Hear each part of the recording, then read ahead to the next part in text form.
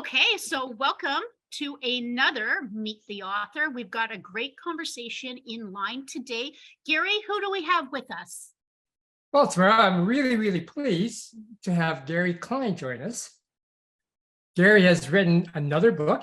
This book is called Snapshots of the Mind: How People Make Decisions, Size Up Situations, Spot Anomalies, and Anticipate Problems in Real-World Settings. Morning, Gary. That's a good description. Thank you for inviting me to join this book club. And thanks for all the great questions you posed in advance, Gary Wang. Much appreciated. Great. Okay.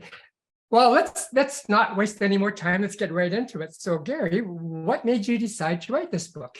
Is there a certain need that you're trying to fulfill? Well, the simple answer is I wanted to write this book in order to provide a perspective on decision making, a naturalistic decision making perspective on cognition, and so that's probably the answer that we can go with. That would be the wrong response. That's inaccurate.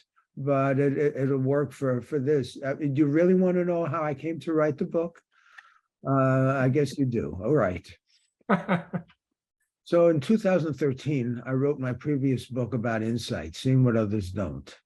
And as a way of publicizing it, MIT Press or Perseus Books actually arranged for me to have a platform on Psychology Today so that I could post essays there. So I posted essays as a way of publicizing that book. And I did that for maybe a year or so, posting essays about insight and various aspects of insight. And that was useful, it was helpful, I enjoyed doing it. But then I said, I've got this platform. Why don't I just post essays about anything that I'm interested in? So I started posting essays on all kinds of topics. And I did that for about 9 years. And now I have a collection of well over 100 essays. And my oldest daughter, Devora, said, you've got all these essays, and some of them aren't terrible. Maybe you can find somebody who would like to publish them. And Devora is a cognitive psychologist, and she was really encouraging me to find a way to publish it. MIT Press had been after me to publish another book, which I didn't want to write. And I said, I don't have to write another book. I've got all these essays. But it was really a grab bag of essays, and I was going to simply collect them. But MIT Press said, can you bring some order to them? Can you find some themes and write an introduction to each of the sections if you break it into sections? So I started organizing it, and I realized even though these essays were written randomly, whatever I thought about, there were some overarching themes. There were other themes about what is the cognitive dimension and why don't people see it? There was the theme about training. How do you train people to be better at decision making and sense making and functions like that? There was a theme about artificial intelligence and automation. And what is that? How is that going to affect us? There was a theme about expertise. There was a theme about heuristics and biases, and how does that intersect with the way we make decisions. And I realized all these themes are different facets of the cognitive dimension, and that by putting these essays together, I've got a way of telling that story about what is the cognitive dimension, what are the different aspects of it, how does it play out, and why it matters. And reading through the essays, people will start to get an appreciation of the cognitive dimension so they can start seeing cognition in a way they didn't before. Mm-hmm. So by the time I finished collecting it, I don't say I wrote the book, but I collected these and organized them and synthesized them. This is now perhaps the favorite book that I've ever written. This I think really captures my thoughts, plus because it was these essays were for Psychology Today. They're all short. Yeah. And they're all written for a general audience. So I'm not writing for other researchers or for academics. I'm writing for a general audience. So that's another thing that I like about the book. Yeah. And having read through the book, I think you did a great job organizing it, because you did organize into 9 different parts, different aspects of decision making, which I really, really like. So our Meet the Author audience typically consists of safety professionals, but today I also welcome members of the Naturalistic Decision Making Association, if you're there. So welcome to our session. But I want to focus on safety and talk about the interest in the practical side of improving safety. So how can your book help them do that? Right. How can it help them do that? Mhm. It can help them do that. One of the ways that it can help them do that is when there has been either an accident or a near accident. A typical response is, we've got to issue a new protocol or a new guideline or a new policy to tell people that they shouldn't do this again. And so we can prevent this, we can increase our safety. But there's another reaction that they can have, which is curiosity. Why did it happen? And what was going on inside the mind of the people who were either at the sharp end or at the blunt end, to help us understand how we got to this point. And I'll give you an example. One of my favorite examples. It's about a Navy pilot of mine who, a Navy pilot who's a friend of mine, Doug Harrington Jr. And Doug Harrington was a really great pilot, and he flew an F-4, and he was so good he became an instructor pilot, and he did that. And then it was time for him to transition to an A6. And so he learned to fly an A6, and now he had to make carrier landings. And he had to do 6 carrier landings during the day, and then that night he had to do 4 more, and then he'd be qualified. So he's coming in for his first carrier landing, and he's got it all lined up. He's happy. Everything is working out. And then the landing signal officer on the carrier says, "Come right, come right." And Doug knows he's got it perfectly lined up. And this guy is telling him to come right. So Doug is a Navy pilot, so he does what you would expect a Navy pilot to do. He ignores the landing signal officer because he knows he's got it lined up, and he gets waved off. They won't let him land. So he has to go around and try it again so that there can be a safe landing. And he tries it again. He's told, come right, come right. So he comes right a little bit, not enough. He gets waved off again. And he realizes this landing signal officer, he's got more patience than I have fuel. I better listen to him. So he comes right. He tries to follow directions. All of his landings that day are pretty ragged, pretty poor. And he's told, we're not going to do nighttime landings because you did such a terrible job. We're going to repeat the daytime landings tomorrow. If you don't do better, then that's it. That's the end of your flying career in the Navy. And Doug is in shock. And all of his friends on the ship come up to him, and they're trying to help him. They're telling him things like, Doug, you really got to bear down tomorrow. Or, Doug, this is really important. They're driving him crazy. So he doesn't know what happened. He's going to sleep. And there's a knock on the door, and he says, go away. He doesn't want to talk to anybody. He doesn't know. He's hoping this is a bad dream. And the knock continues, and it's the landing signal officer on the guy on the flight deck who has no training authority. He's not responsible for Doug, but he felt badly for him. He wanted to help him. So he comes, Doug lets him in, and the guy said, I'm not here to tell you anything. I'm just curious. I want to find out what was going on. And Doug said, I had it perfectly lined up, and you kept you kept telling me, come right, come right.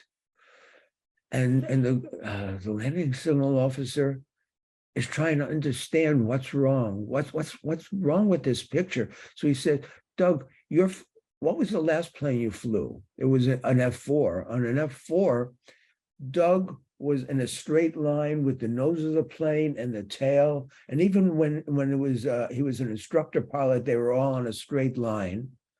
With the A6, it was a two-seater, and he was off to the side, and somebody, a navigator, was going to be next to him. And so the landing signal officer says, well, maybe because you're not on that center line. And Doug said, I thought about it, but what difference is that going to make? I'm only off by about 1.5 feet. That shouldn't make much of a difference. So now the landing signal officer has diagnosed what's the wrong belief that Doug is holding. So that's part, in terms of safety professionals, that's what you get from curiosity, is to try to surface the flawed belief. That's what I mean by seeing cognition. He's seeing what's wrong with Doug's mental model. And then he goes further and he says, let's do this exercise. And the people on this call, you can do the exercise too, if you like. Hold out your arm with your thumb raised and line it up with a straight line someplace in the room, okay? The thumb is the nose of your airplane. The straight line is the center line of the aircraft carrier. You're going to land this on that straight line. Close one eye so that it's all lined up. You got it? Now, move your head 1.5 feet over to the left and pull your thumb back over. And do you see how the parallax effect is happening? Distorting. And if you were just following your thumb in, you would be off the center line. It would be a dangerous landing. And as soon as he does that, Doug says, I'm an idiot. Of course, that's the effect. And then the next day, Doug has no trouble getting all his landings right. So I love the story because the landing signal officer wasn't there to tell Doug what to do. He was there to try to see the cognition, to try to understand what was wrong with Doug's thinking. And then he went further to concoct, he just made up this exercise to make it visible and emotional to Doug so that Doug could realize it. So that's an example of seeing cognition and why it might matter to safety professionals. Can I give you another example? Sure. Yeah, you're on a roll. Keep going. All right. Here's an example that I heard about at a conference of firefighters. And after I had given my talk that day, I was having dinner with some of the administrators and chiefs. And one of them said, Gary, can you help me understand this? We had this strange event in my department where a fire truck was rushing to the scene of a fire. It was at the harbor. And then as it turned a corner, it flipped over on its side. And he later sent me a picture of this fire truck on its side. And he said, that's ridiculous. And, you know, we talked to the driver. We told him, we can't have these kinds of accidents. You've got to be more careful. You've got to be more mindful of speed. And then a couple of months later, it happened to another driver, and he at the same place, and he also flipped his truck over. And so we keep telling them to be more careful, and we issue guidance, we issue policy, and it's not working. You know what? How do we get it into their heads? So that was his approach. But what he didn't say was, why did it happen? We have 2 of these people now. Let's take advantage of this double accident and try to get inside the heads of the people who are involved and try to understand what's wrong with their thinking or with their mental models or with their beliefs. So this guy was the opposite of the landing signal officer in the first story I told you. This was somebody who showed no curiosity about why things were going wrong. That's why this is important, I think, to safety professionals, to expand your repertoire. Many of you are probably already doing this, but if you're not, I'm suggesting that you can start. And if you are, there are cognitive interviewing techniques that can perhaps help you do it better. Yeah, that's great. On our show last month, we had Jeff Dalto on, and we analyzed 37 success stories that he compiled. And the big aha came for me after reading your book, Gary, is how well what you've just described lines up with this work as imagined versus work as done safety conversations, which we did have, where we know that work as imagined, it's based on that designer's mindset, applying analytical tools. So all those things like plans, procedures, checklists, all these things were kind of approved, and they became, that's what you're supposed to do. And what we call in safety, the black line.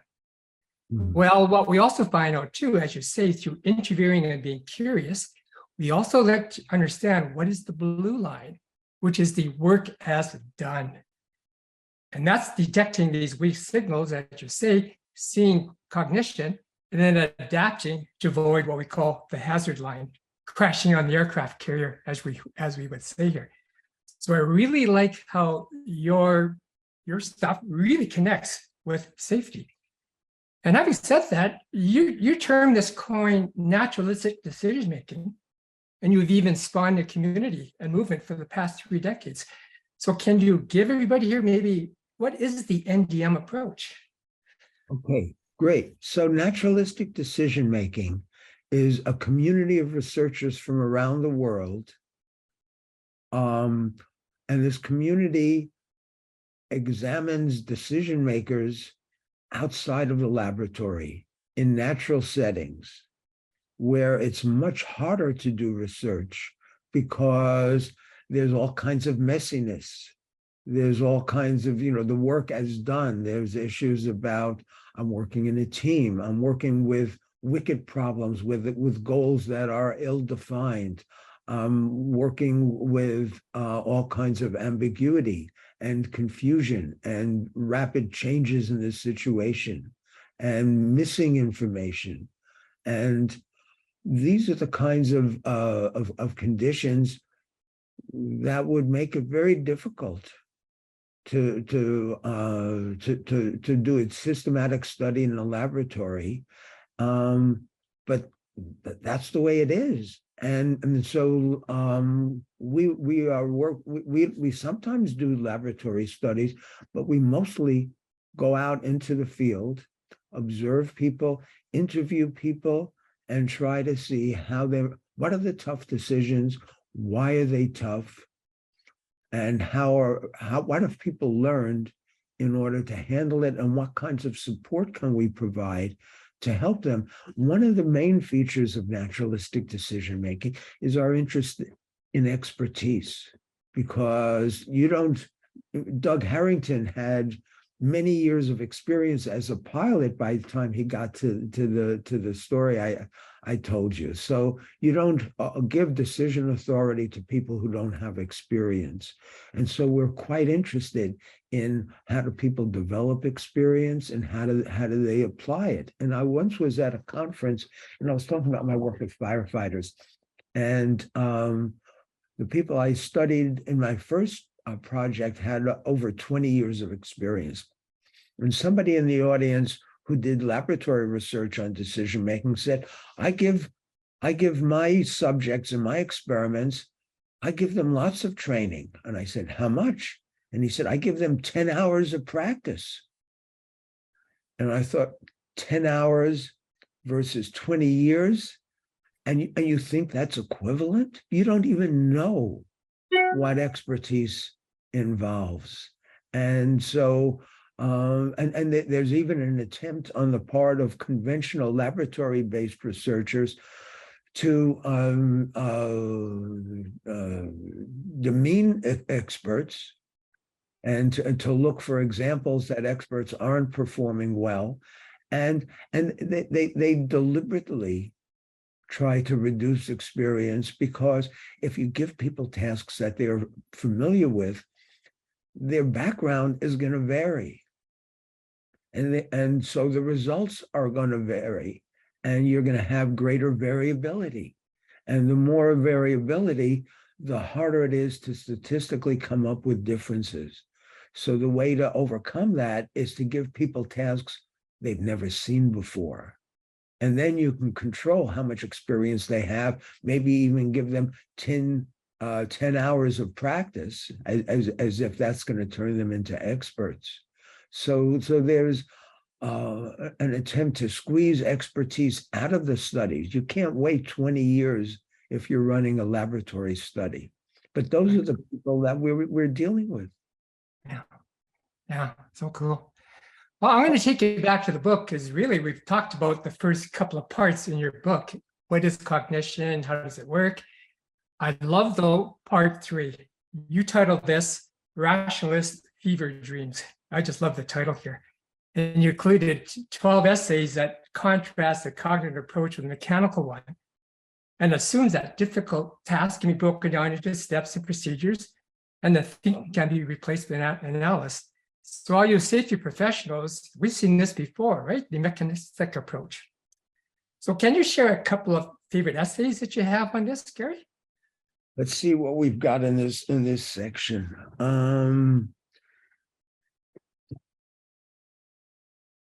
Yeah, so some of my favorite essays here are about heuristics and biases. There's a whole community of people studying heuristics and biases.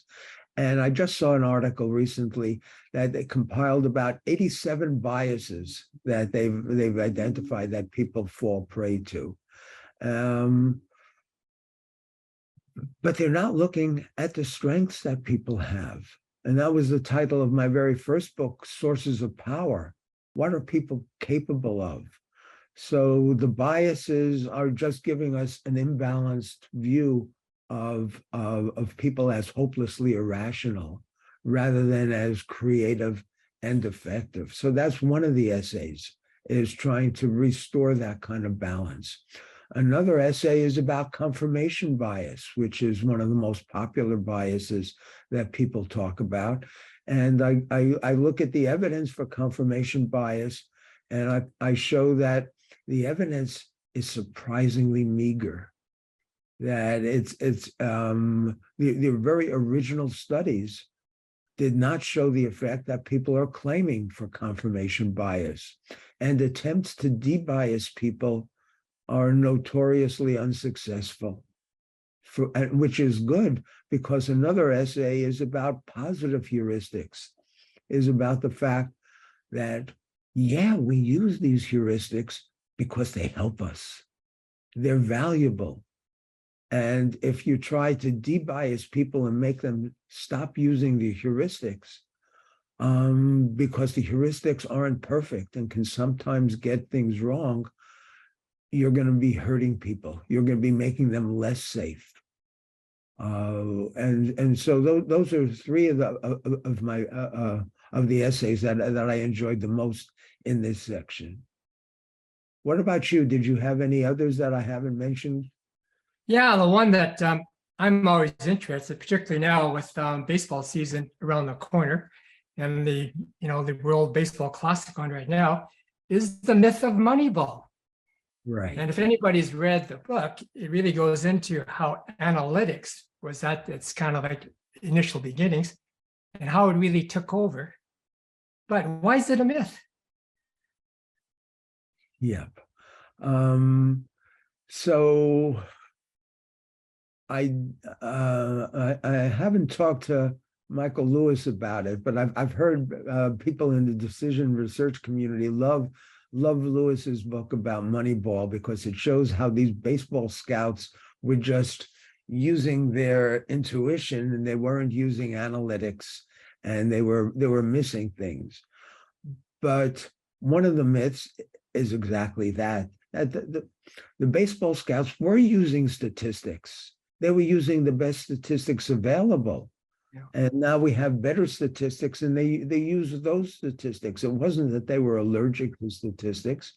They use batting average, which doesn't take into account walks. So now we have better data that they can use.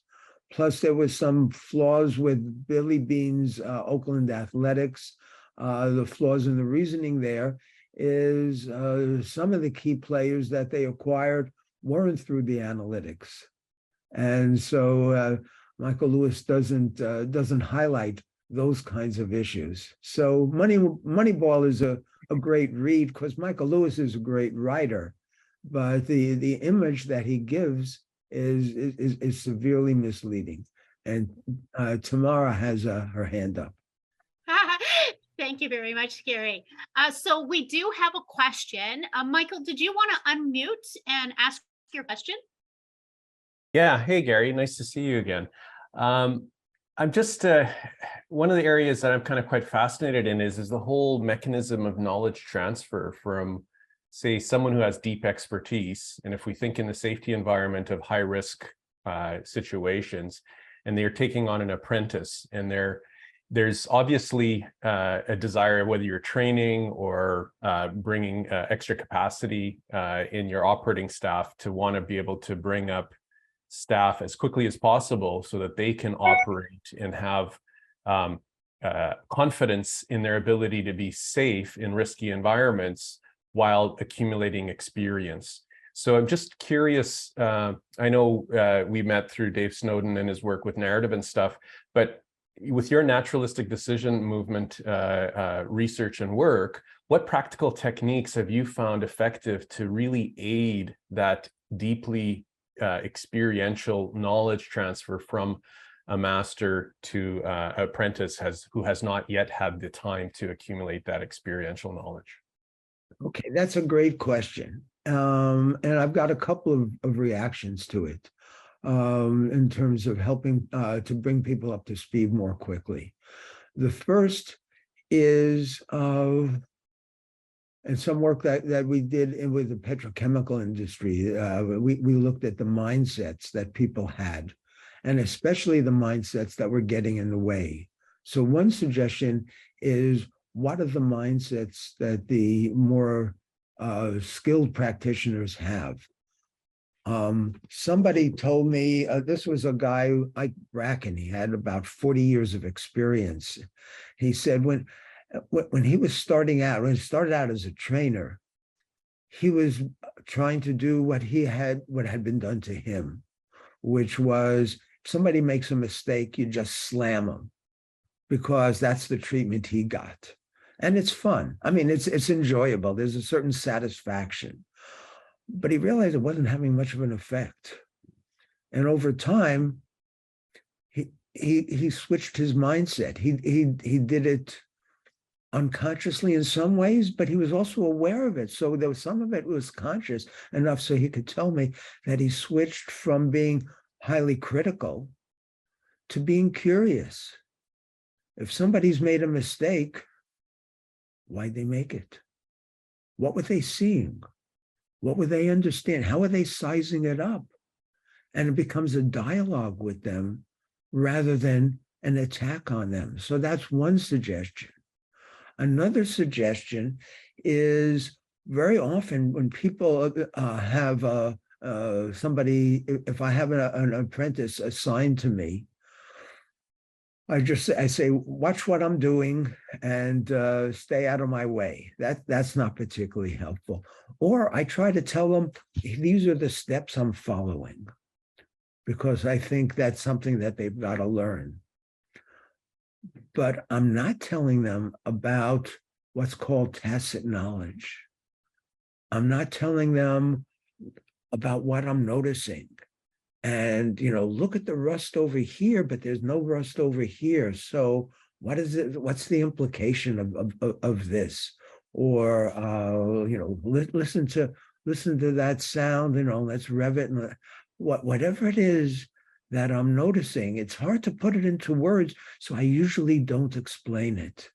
I don't explain how I'm sizing things up. I don't explain where I might where I might be wrong, or what options, if I'm trying to diagnose a problem, what are the options I'm considering and why I'm not thinking about them. So there's all of that kind of cognitive debriefing that you can provide to people that goes beyond just having them follow the procedures.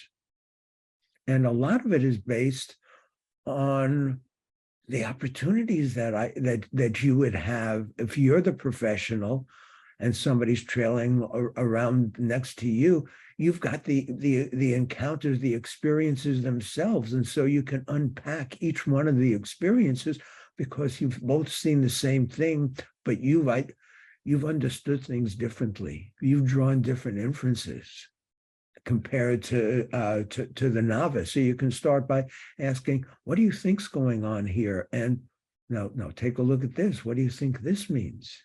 So you can make it into a different kind of dialogue. And that means taking your supervisors and your trainers and preparing them to see the cognitive dimension, because many of them aren't. They're just focused on the steps to be followed. And Tamara has her hand up again. Yes, hi. So there seems to be a problem with the hand raising. So I'm going to be ushering people in. So sorry about that, people. It's a technical issue. So just let me know and I will get you in. It's interesting, you know, as you're talking, it sparks my mind of my old professor, Marvin Novick, who talked about sharing opportunities and our life chances. So that was really beautiful to have that memory. Thank you. I wanted to ask David Hurst if you might come in and share your question on mic and camera. Yes, thanks, Tamara. My field is management, which in the Anglo-American mainstream has been dominated by the analytical, technical, instrumental approach. My experience as a practitioner was that this was totally inadequate to preparing me for the life of a player who is continually on the ground, acting forwards into uncertain, unknowable future. So I want to go up the ladder of abstraction, or ask Gary to. What do your conclusions say about our theories of mind?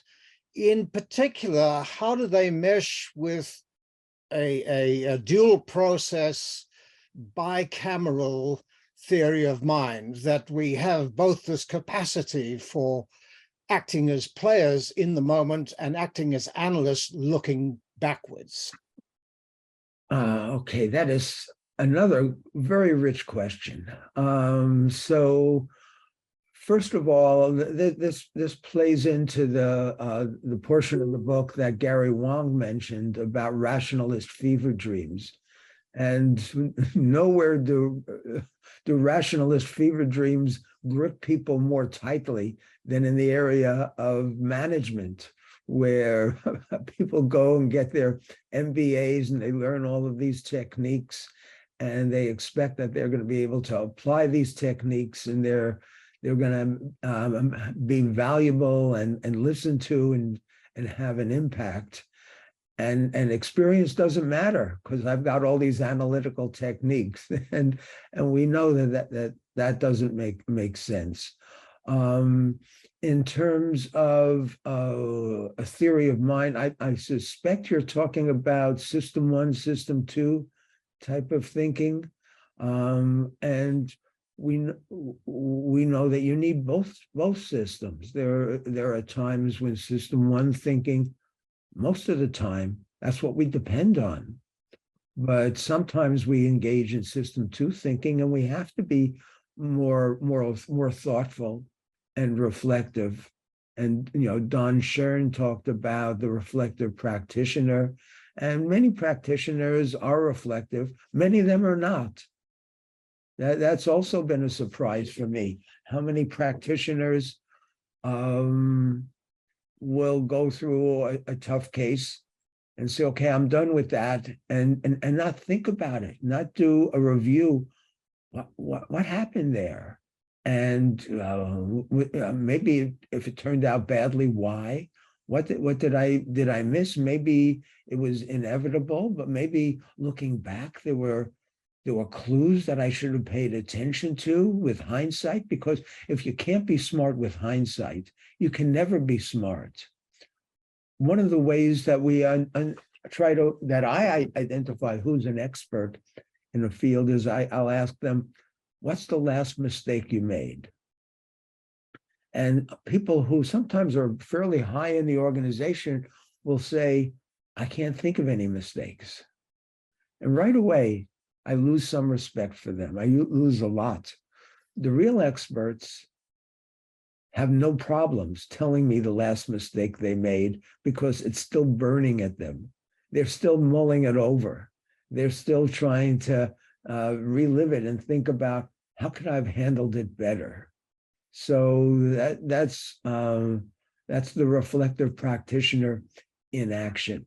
Now, most organizations, right now, System 2 thinking has taken a dominant role, that people are supposed to be analytical, we're supposed to be more careful, and we're supposed to, because System 1 thinking can sometimes lead us astray. But System 2 thinking without our intuition, which is based on our experience, can also mislead us. We can set up problems in the wrong way and not make very much progress. I feel that if we want to improve performance, we've got to reduce errors. And a lot of System 2 thinking is about reducing errors. But that can't be all of it. You don't want to go home at the end of the day and say, I had a great day today. I didn't make any mistakes. You want to accomplish things. You want to have insights.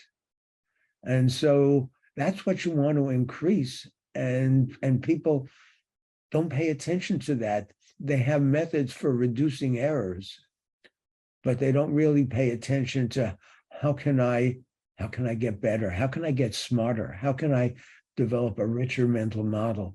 And the richer mental model is going to be situated in System 1 thinking and in the associative level that you've acquired. Does that answer your question? Yes, thanks, Gary. It's certainly very helpful. Thank you. Okay, I'm just looking at the chat panel, and there's just a wealth of interesting questions. But before we get on and allow people to have a chat, I want to really focus back on the book and get two important subjects out that Gary has in the book. Gary, you dedicate a whole part to asking how can we train people to become better decision makers. But to address that, you first introduced this thing called RPD, which is recognition prime decision.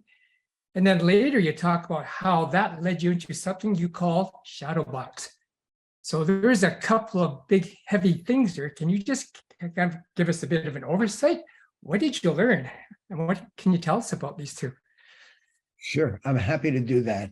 So recognition prime decision making is a model that we developed in the 1980s. And we developed it using our work with firefighters. And we weren't, it's sort of about intuition, but that wasn't our goal. We didn't expect to go there. We thought that if you're a firefighter, you've got to make a tough decision under time pressure. You didn't have a chance to set up a matrix. Here's all my options, and here's the evaluation dimensions. We thought maybe you'd only look at two options to see which was better. And we started talking to firefighters and interviewing them about their tough cases. And they said, we never compare options. We never try to see which is the best. We never even make decisions. You just know what to do. And we just got funded to study decision making in firefighters. So that's not what we wanted to hear. But they kept insisting on that. So we became curious, what are they doing? And what they're doing is drawing on 10, 15, 20 years of experience to recognize what's going on in a situation. And once they think they know what's going on in a situation, they recognize, here's what you do about it. So that's the core of the recognition prime decision model. And it's about intuition, but it's not just about intuition. And that's the confusion some people make. After you think you know what you're supposed to do, If there's time, and usually there's enough time, then you switch into system 2 thinking, into an analysis. If this is what my intuition is telling me is what I should do, will it work in this situation? Let me imagine it. We call it mental simulation. Let me see if it'll work here. And you imagine it, and if it works, then you do it. If it almost works, then you modify it so that it'll work. And if you can't find a way to fix the problems, you say, forget that, what else could I do? And you keep going down until you find an option that you think will work. And you don't know if it's the best option. Who knows what's the best option? So that's the recognition prime decision model. It's a blend of intuition and analysis. And then there's a third part of building stories, because when you encounter a situation, maybe you're not sure what's happening, and you're engaged in sense making to try to sort out what's going on in this situation. So we have this model of decision making in a variety of settings, and we've done research. Other people have replicated the research, so it's pretty solid. What do you do with it? So if I'm going to train you to be a better decision maker, I'm not going to teach you the model, because the model describes what you would do. And for many years, we didn't know what to do with it. And then I learned about this technique from a friend of mine, Neil Heinz, who's a firefighter, New York Fire Department. He's recently retired. And it's the technique we call shadow box. And what we do with shadow box is we develop tough scenarios, and we bring you through those scenarios. And then at a certain point, we'll stop and we'll say, all right, here's 4 options. Which one would you choose? Which one would you do? And then write down your reasons. And then we go a little further into the scenario and we say, here's 3 goals you might pursue at this point. Rank order them and write down why. And then we go a little bit further, and then we might say, here's 5 pieces of information you might pursue. Rank order their importance and write down why. So you're going through this situation and you're responding. We have a small panel of experts, maybe 3 or so, and they've gone through the same scenario you have. And they filled it out the same way you did. So when you show what your ranking is, you immediately get feedback, what was their ranking? And you want your ranking to match theirs. That's the game quality to it. But the real important part is you wrote down what was your rationale, and we've synthesized what was their rationale. And you get to see the inferences they were making, the problems they were noticing, the cues they were spotting that you totally missed. And so that's where the real learning goes on, by comparing what they're seeing in the situation that you didn't. So it's seeing this situation through the eyes of the experts, but the experts don't have to be there. You've already captured their material. So that's the way Shadowbox works. And we have a video version of it where you just watch a scene and then you stop it and you say, here's what I think is a significant cue in this scene. And then after you, and here's why I think it's significant. And then at the end, you get to look at what the experts tagged as the significant cues and why. And I've gone through this. I mean, I remember one medical situation where you had a doctor walk in to examine a patient, and the doctor didn't put on gloves. There were a bunch of obvious things, and I'm happily tagging all of them. And then I look at what the experts had, and the expert said, did you notice that this nurse had been touching the wound and then reached in to get a pair of gloves without, and contaminated the whole box of gloves by doing that? I didn't see that. I never even noticed that. So you get all these ahas by picking up seeing what the experts were noticing that you missed. So that's how Shadowbox works. Cool. All right. Okay. So Tamara, we've got about 10 minutes left. So let's take a couple of questions that you maybe you can pick out. right? Maybe something that's we haven't talked about already. Okay, Anybody well, we there? did. Yeah, we had Alfred who had asked a question a while ago. Alfred, did you still feel that your point hadn't been touched on? Would you like to come in and share your thoughts with us?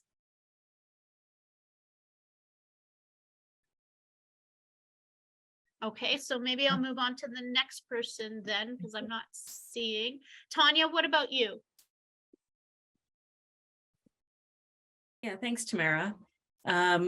First off, thank you so much, Gary Klein, for your wealth of knowledge and sharing so much of this excellent material with us all, your body of work throughout your career and everything. I would like to know your opinion on something that's been bothering me about cognition and what people believe they know as of late. And that's to do with video evidence. It seems as though just so as long as there's video evidence to something, we know what happened. And I see that as a really strange change from how I thought cognition worked and how we thought we knew the world. That just so as long as somebody pulled out a smartphone and took a video, that's truth. That's what actually happened. Just wondering if you could weigh in on this a little bit. I share your concern. I mean, I think video evidence is potentially very valuable. And a colleague of mine, a late colleague, Mary Omadai, who passed away, unfortunately, she passed away recently. She was in Australia, and she would fit lipstick cameras onto the helmets of firefighters.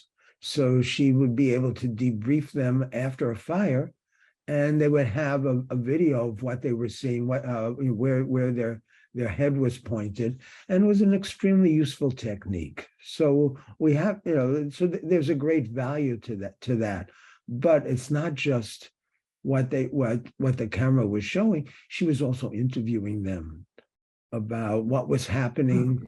Maybe it was something that was happening off camera. Maybe there was a part that the camera wasn't showing or wasn't clear on the camera. So I think there's value, but it can. I think I share your concern. It's risky, and I think foolish to just take the video as if that's all the evidence that we need. Yeah, good one.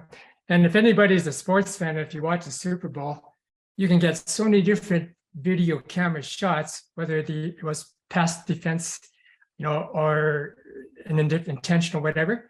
It's never conclusive. So, I mean, that's not a good piece of evidence. Well, a couple more questions that we've got here, but I want to get in part 9, because as we know, our show is meant to be pragmatic and practical. So I'm really pleased, Gary, that you do conclude with making waves, tools, and tactics for improvement.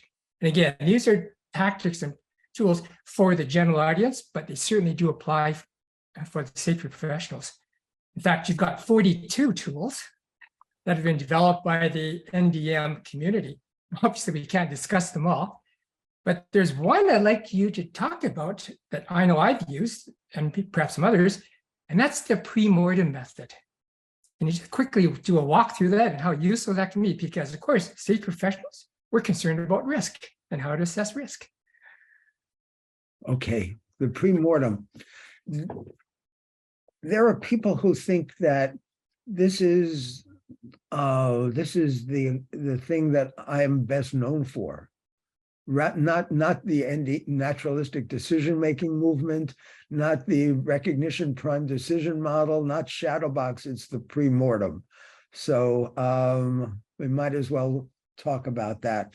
We did not develop the pre-mortem as something that we were going to describe to other people. We developed it just as a small, struggling company. It's a technique for really risk mitigation. And let me tell you how we described it, because then you'll understand how the technique works. So if we did a project that didn't go as well as we wanted, or a project that failed, we would have a postmortem, an after action review to see what went wrong. And I thought, why don't we try to do some of this up front? Let's do the postmortem at the front during the kickoff meeting to see what might go wrong. Okay, but there's nothing unique about that. I mean, lots of times in a kickoff meeting, somebody will say, all right, does anybody see a problem? And almost nobody raises their hand. So the exercise that we have is, all right, now I'm looking into a crystal ball. The crystal ball shows without a doubt that this project has failed. It's been a disaster. We know that it failed. There's no doubt about it. Now, everybody around the table, everybody on the team, take 2 minutes, not more, just 2 minutes, write down all the reasons why this plan failed. And people start writing like crazy. And then we go around the room and we say, all right, what did you have? And what did you have? And we do item by item. We don't let anybody their whole list. We just sort of go around the room that way. And we didn't know it at the time, but what's happening here is that really changes the mindset. When you ask people after they've got a kickoff meeting going, what could go wrong? Nobody wants to disturb the harmony of the team, and people really can't think about what might go wrong. But when you change the mindset to, this has failed, now show how smart you are by telling us why it failed. Now there's a competition, because I want to come up with reasons why it failed that Tamara didn't come up with, and that other people didn't come up with. And so there's a competition, but there's also an intellectual engagement. How can I draw on my experience to imagine types of problems that we could be afflicted by? And it's amazing the kinds of responses that people give. I once did this with a large organization. We had 25 people in the room, and we did a pre-mortem session. I thought it went very well. And somebody came up at the end and said, people said things in that meeting that I've never heard before, that they would never say in a regular meeting. And so the pre-mortem method has really caught on, and it's been advocated by Nobel Prize winners. Danny Kahneman talked about it at Davos. Richard Thaler wrote an essay about, there was a topic, the most important idea that nobody's heard of, and that was his nomination. So this has somehow gotten the endorsement of the judgment and decision making, the heuristics and biases community. It's got their endorsement, and I don't need their endorsement. I just know it's a technique that works, and we still use it for our projects. We feel uncomfortable starting off a project if we don't do a pre-mortem at the beginning. We feel it would be like getting in a car and not buckling your seatbelt. Very cool. All right. Well, we are at the top of the hour, but I know tomorrow that we started a little bit later, so I think we can go an extra 5 minutes or so. I think we can take a couple more questions from the audience. I know, Tom, I think you've posed some interesting things. Tom, did you want to open up your mic and share some stuff? Yeah, one of the things that I see a lot of is that it's very easy, because I come in as an outsider often to investigate fairly serious incidents. And although I know a lot less about the process than the people who own the plant or own the factory or whatever, it's easy to see things. It's almost the reverse of hindsight bias. That, as Gary was saying, hindsight bias becomes people are just justifying what they did. So there's partly, as an outsider, without those pre-assumptions, it's easier to see problems. But what does become a difficulty is the different specialists, because often it's a team of different specialists. Each comes with their own simple set of solutions. And instead of seeing how we can build it together, we're sort of blinded by our own areas. So I wonder what Gary recommends, where you've got a firefighter analogy, the firefighter is the person on the ground or in the fire, so it's down to them. But if you look at a complicated accident in a nuclear facility, there's human factors, process safety, mechanical, control engineers, many different people will have understood why barriers have failed. So how do you get to them to communicate properly and not lead to simplistic solutions? That's because the outcome is people tend to end up coming up with very simplistic solutions because they're the only ones which will get accepted by all the specialists. It's a challenge of getting a broad team to work together without getting locked into a simplistic solution. Right. So that's an important challenge. So what are you going to do? You know that there are going to be some individuals who are going to offer simplistic responses because that's the way the game is played. Worse than that, they may offer self-serving responses that the solution here is to increase the budget for my department because these are the things that we've been wanting to do. And so every department, can dust off requests that they've made that have been ignored. And so every accident becomes an opportunity to revive these failed initiatives. And there's another issue. You want to get people to think constructively. And there may be people that you don't want in the room.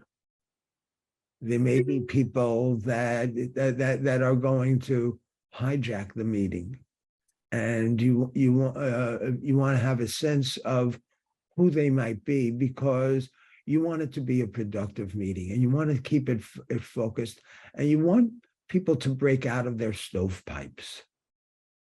Do I have suggestions about how to do this? I don't have wonderful suggestions for you except to see if you can get people to listen to each other more carefully.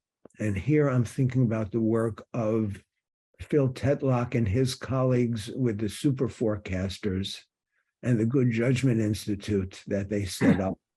Yeah. And the technique they have of gisting, where if you and I are disagreeing about something, the super forecasters don't want harmony, because harmony is to come up with something that everybody can agree with means that everybody gets a veto. And that's a certain road to mediocrity and not making any bold movements ahead. You want people to hold on to their viewpoints, but you want others to listen to them. So the technique the super forecasters have is, because they're usually working remotely, is if you come up with an opinion,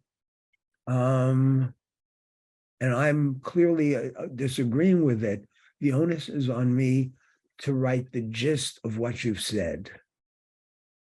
And I've got to write it simply, maybe just a paragraph. You might have like a 2-page position paper. I just get a paragraph to capture the gist of what you've said. And you have to agree that I've captured the essence and I haven't distorted it. That doesn't mean I agree with you, but I have to listen to you. So that's something that you might do, is have people prepare their position papers in advance, see where the disagreements are likely to be, and try to prepare the team to listen to each other in a way that they're not used to. And so I'm not just listening to you in order to shoot down your approach, because that's the way too many people listen. I'm listening for where I can attack you rather than what's good and valuable about your approach. Well, it is the top of the hour, and I see people are having to leave to go to other meetings here. So We didn't cover all of your subjects in the book, Gary. We didn't touch artificial intelligence, war and expertise, speculative thinking, and as you just talked about, teamwork itself. So hopefully people will buy your book and they can also read all your essays here. So as I always end these sessions here, what are your 3 takeaways you would like to leave the viewers? Okay, the takeaways, there's like the trivial takeaway would be buy the book, read the book, tell your friends together. But you're looking for something more substantial than that. And one is, I hope people will get engaged in the process of learning to see cognition, learning to go beyond what people do and to appreciate how people are thinking, what their assumptions are, what their beliefs are, what their mental models are. And second is to use this approach with experts. When you talk to experts, the experts have trouble articulating their tacit knowledge.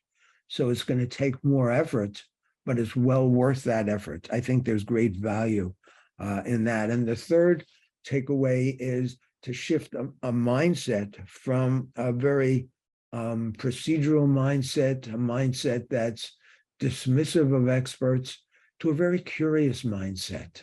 When you encounter things that you weren't expecting, instead of dismissing it, to say, what's that all about? I wonder what I can learn from that. Yeah, cool. I think really great, 3 great takeaways. So Tamara, over to you. Well, thank you, Gary, for joining us today. This has been a phenomenal conversation. You've got a lot of things going in my mind and working. I am going to be doing a recap article after this, so watch out for that. And thank you for taking your time to join us and share your knowledge and your expertise. It's just been priceless being here, being able to listen. And thank you to the audience for joining us, because without you, we wouldn't even have a show. And Gary Wong, thank you for, again, taking your time to volunteer and be our community host for these sessions. Thank you. Great. Okay. So see you next month and all. Take care. See you next month. Bye. All right.